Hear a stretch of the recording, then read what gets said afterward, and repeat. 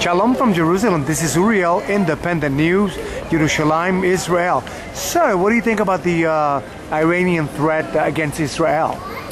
Well, I think it's pretty imminent, and I think that the world is just going to let it happen, most especially the United States. Do you think that the Obama administration has done enough to deter this threat towards the nation of Israel?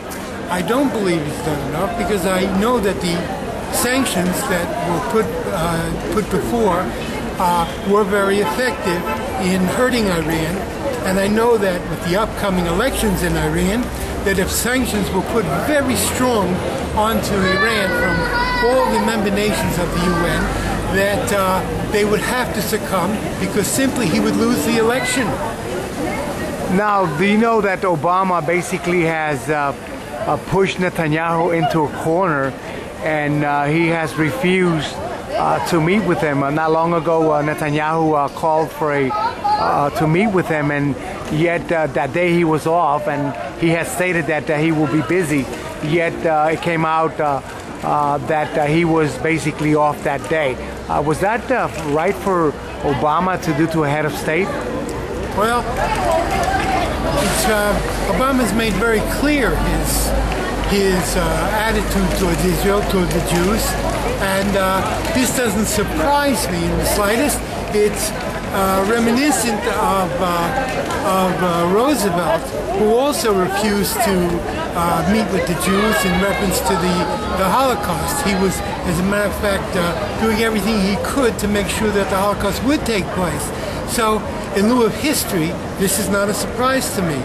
Now, you were telling me that you live in Shechem, where basically you're surrounded by many so-called factions of terrorism, because they're right there. Yeah. A lot of supporters of terrorists from Gaza are within those territories. Do you feel safe in Shechem, or do you basically watch your move when you're coming in and out of Shechem? Well, I don't live in Shechem. I live near Shechem, which is Kfar Tapuach. And let me tell you that there's times when we go on the roads that stones are thrown and shots are fired. It's a little bit scary sometimes, but if the army would put just a little bit of effort into it, there would be no fear at all. But there's no question that there's hatred in the air. Now, Mahmoud Abbas, the so-called Palestinian president, tore down Israel when he had his speech at the UN General Assembly. Was that fair for him to tear down Israel the way he continues to do so? Well, they say all's fair in love and war, and this is certainly not peace, it's war. So, no, I believe that he is trying to just protect himself, because the more he complains and cries tears of woe, the more the European Union is apt to give him funds. So I just think it's a ploy to say, woe unto us, look at us poor oppressed people, and build the bank account.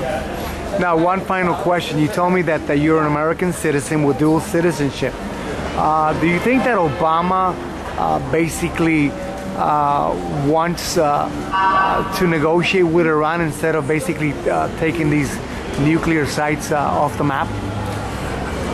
I think that Obama, as far as Iran is concerned, is only concerned what Iran means to the Saudi Arabia.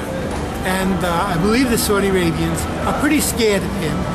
And I think that he's taking his cues from the Saudis. If the Saudis would one day say, let the Israelis just bomb them, and then a call would come into Netanyahu, do it, man, do it, you know. So I think that he's impotent and doesn't know what to do. He's not a military man, and he doesn't have a very good military strategist. And he'll take his cues from the Saudis. When they feel threatened, he's going to go after them. Do you think that Barack Hussein Obama is a Muslim?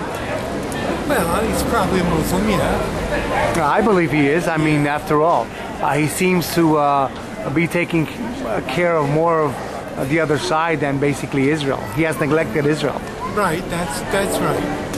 That's right. And I have nothing against him being a Muslim. The only thing is, as President of the United States, I think he has to watch out for the common good of the United States, what is good for the United States. And that's not certainly to recognize international terrorism, most especially when it becomes a nuclear terrorism. That's the end of the world. This is Uriel, Independent News, Jerusalem, Israel. Shalom.